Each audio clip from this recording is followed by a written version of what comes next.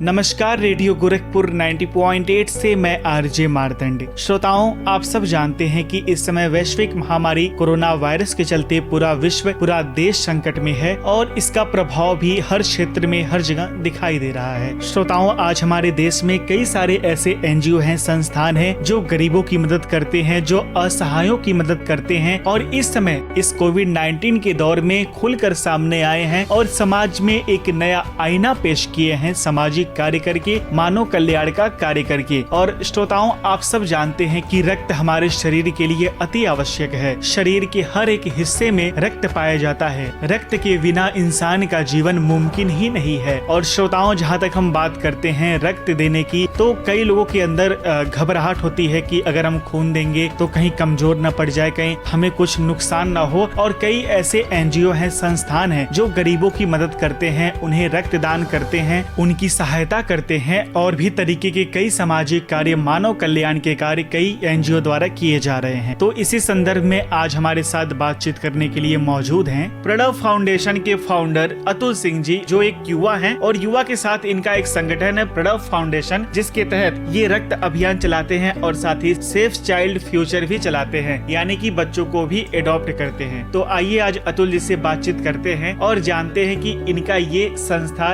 ये एनजीओ किस तरीके से इन दोनों सामाजिक मुद्दों पर कार्य करता है। अतुल जी, सबसे पहले तो आपका बहुत बहुत स्वागत है रेडियो गोरखपुर 90.8 पे। धन्यवाद सर। सबसे पहले आपका धन्यवाद करना चाहता हूं कि आप हमें अपने रेडियो पर बुलाएं। हम बेसिकली प्रणव फाउंडेशन में अभी हम लोग कर रहे हैं सेफ चाइल्ड फ्यूचर और रक्त अभियान प्रोग्राम। जी जी। और ये आइडिया सर हमें आया था इंजीनियरिंग कॉलेज के थर्ड ईयर में। तो ये जैसे हम आनंद विहार रेलवे स्टेशन पे हम देखा करते थे, लोग मतलब वो लोग रोड पर का खाना ही लोग खा लेते थे, कहीं कुछ धो के लोग खा लेते थे। तो ये सब प्रॉब्लम आती थी। तो हम 2-3 दोस्त एक बार ऐसे ही रोड पर जा रहे थे, तो लगा हमें भी कुछ करना चाहिए। तो पहली बार 4 अप्रैल 2017 को हम लोगों ने ऐसे ही मतलब अपने हॉस्टल में ही रहते थे, किसी के फ्लैट में खाना बनवाया और हम लोग आनंद विहार में ले जाके खाना भी स्टार्ट किया। उसके बाद हमें अच्छा खासा सपोर्ट मिलने लगा सर। तो उसी सपोर्ट के चक्कर में हम आगे अपना कार्य करने लगे। धीरे धीरे हम दिल्ली एनसीआर में अपना ये स्लम्स एडॉप्ट करने लगे। लाइक स्लम्स में प्रॉब्लम होती थी लाइट की, पानी की, वहाँ के बच्चे पढ़ नहीं पाते थे, तो वहाँ हम पढ़ाने लगे। तो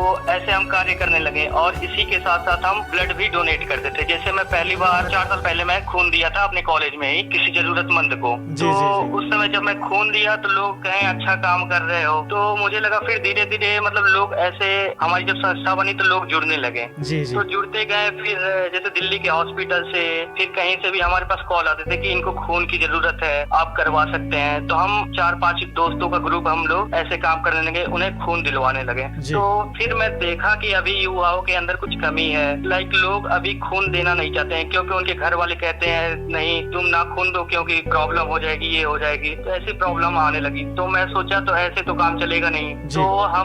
तो मैं अकेले ही मतलब एक तो मैंने ग्रुप तो बना लिया था, दिल्ली में एक काम हमने स्टार्ट कर दिया था। फिर मैं सोचा अलग अलग राज्यों में क्यों ना जाके मैं लोगों को मोटिवेट करूँ, वहाँ खून दूं। जैसे दिल्ली में मैंने नेटवर्क बनाया, वैसे अलग अलग राज्यों में मैं ब्लड डोनेशन का एक नेटवर्क बनाऊं। तो मैं स्टार्ट किया। फिर अब तक मैं 7 राज्यों में खून दे चुका हूँ, जो इंडियन रिकॉर्ड है कि मतलब अभी पहला युवा जिसने 7 राज्यों में खून दिया। तो मैं हर राज्यों में जाता हूँ, वहाँ के लोगों को मोटिवेट करता हूँ और अपना आइडिया बताता हूँ कि हाँ तुम लोग यहाँ पर ग्रुप बनाओ, 5 से 10 लोगों का रिक्वायरमेंट है तो पूरा करो। तो वहाँ के युवा भी ऐसे आते रहते हैं और अपना मतलब हॉस्पिटल में जाके डायरेक्ट नीडी को खून दिलवाते हैं। और अब तक हम लोग 1000 से ज्यादा हमारे मेंबर हो चुके हैं 10 राज्यों में और हम 3 देशों में आ चुके हैं। जैसे इंडिया के अलावा हम नेपाल और इंडोनेशिया में भी इस समय है। अभी नेपाल और इंडोनेशिया में कम है, मतलब वहाँ पे 5-5, 6-6 मेंबर ही हैं। लेकिन पूरे इंडिया में 1000 से ज्यादा मेंबर हो चुके हैं। जी, तो बहुत अच्छा। अतुल जी, मैं आपसे जानना चाहूंगा कि प्रणव फाउंडेशन तो जैसा कि आपने बताया कि ब्लड डोनेट का काम करता है, एक पूरा का पूरा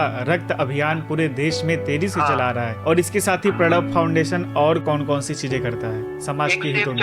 हाँ, पहले तो हम स्लम लेते थे। हमारे पास दिल्ली में 5 से 6 स्लम्स है। जो स्लम्स में हम पढ़ाते हैं, उनकी जो कमियां होती है वो दूर करते हैं। ये सब करते हैं। और दूसरा प्रोग्राम हमें लगा कि अगर देश को सुधारना है तो पहले हम जो चाइल्ड हैं, जो भीख मांगते हैं, पहले इन्हें सुधारें, इनका फ्यूचर सही करें।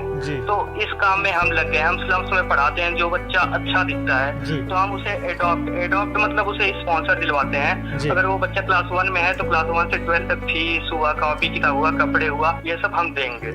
तो अभी तक हम लोगों ने दिल्ली एनसीआर में 25 25 बच्चे एडॉप्ट कर लिए। उसके बाद जब मैं गोरखपुर, मेरा होम टाउन है, तो गोरखपुर में आया, यहाँ पे मैं 15 से नहीं 1 महीने के अंदर हम लोगों ने 2 या 3 दोस्तों ने मिलके और भी कुछ लोगों ने मिलके यहाँ पे हम लोग 25 बच्चे एडॉप्ट कर लिए पूर्वांचल एरिया में। तो ये हम इन बच्चों की फैमिली से हम बोल दिए हैं कि मतलब इंटर तक का या इंटर के बाद अगर बच्चा पढ़ना चाहता है तो सारा पैसा हुआ, कॉपी किताब हुआ, कपड़े हुए, ये सब हम उन्हें फंडिंग करेंगे। जहाँ पढ़ना चाहता है, जैसे पढ़ना चाहता है, सब कुछ हम करेंगे। तो ये कार्य अभी हम कर रहे हैं। हमारे पास 50 बच्चे तक अब तक एडॉप्ट हो चुके हैं। जी बिल्कुल। तो यही मैं चाहता हूँ, अगर किसी के पास अगर ऐसा बच्चा, मतलब किसी की नजरों में ऐसा बच्चा है तो डायरेक्ट हमसे वो कांटेक्ट भी कर सकते हैं। हम कोशिश करेंगे अपना उसकी सहायता जितनी कर सके। वाकई अतुल जी, बड़ा ही नेक काम और एक युवा जोश कि अगर देश की शिक्षा को सुधारना हो, आर्थिक स्थिति को सुधारना हो, तो पहले नींव को मजबूत करना पड़ेगा, तभी उज्जवल भविष्य हो सकेगा। और नींव हमारी आज की जनरेशन यानी कि पीढ़ी है जो काफी गरीब है, उनको आप शिक्षा देते हैं। बहुत ही अच्छा कार्य प्रणव फाउंडेशन के द्वारा। तो और आगे क्या प्लान है अतुल जी आपके? और आगे सर यही प्लान है मेरा, जैसे मेरा एक मिशन है, मैं मिशन रक्त अभियान का जो लेके चला हूँ, तो जितने अपने देश के जितने राज्य हैं सारे राज्यों में मैं खून दूंगा।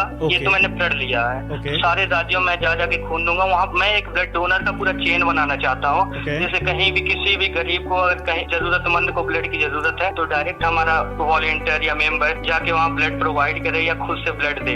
तो मैं एक ये नेटवर्क तो बनाना चाहता हूँ। और दूसरा, सेव चाइल्ड फ्यूचर में मैं कोशिश यही है मेरी कि हाँ जितने ज्यादा से ज्यादा बच्चे हम स्पॉन्सर कर सके या देश के लिए जितने हम काम आ सके उतना मैं दूंगा। अभी हम लोग 50 तक पहुंच गए और इस साल हम 100 पे बच्चे अडॉप्ट करना चाहते हैं। जी जी अतुल जी, आपसे बातचीत करके बहुत ही अच्छा लगा। वाकई बहुत नेक काम आप कर रहे हैं। तो रेडियो गोरखपुर 90.8 की तरफ से, मेरी तरफ से आपकी पूरी टीम को बहुत शुभकामनाएं कि ऐसे ही आप देश के समाज के हित में कार्य करते रहें। और अतुल जी, आप हमारे युवाओं को, रेडियो गोरखपुर 90.8 सुनने वाले श्रोताओं को क्या कहना चाहेंगे? सबसे यही मैं बोलना चाहूंगा, अगर तुम्हारे सामने या हमारे सामने कोई भी अगर जरूरतमंद हो, उसे खून चाहिए या कुछ भी चाहिए, पढ़ाई लिखाई में अगर उसे कुछ जरूरत चाहिए, तो आप लोग उसकी जरूरत पूरा करें। क्योंकि खून तो अभी बनता है नहीं, तो मतलब खून हॉस्पिटल में डायरेक्ट जाके या अपना जो भी उनका ग्रुप है उनके थ्रू खून दिलवाएं। बस यही चाहता हूँ, युवा आगे आए। जी बिल्कुल, युवा आगे आए और सामाजिक कार्य करें, भाईचारे का आप पूरा माहौल बनाएं और वसुधैव कुटुम्बकम की जहाँ तक हम बात करते हैं, हमारा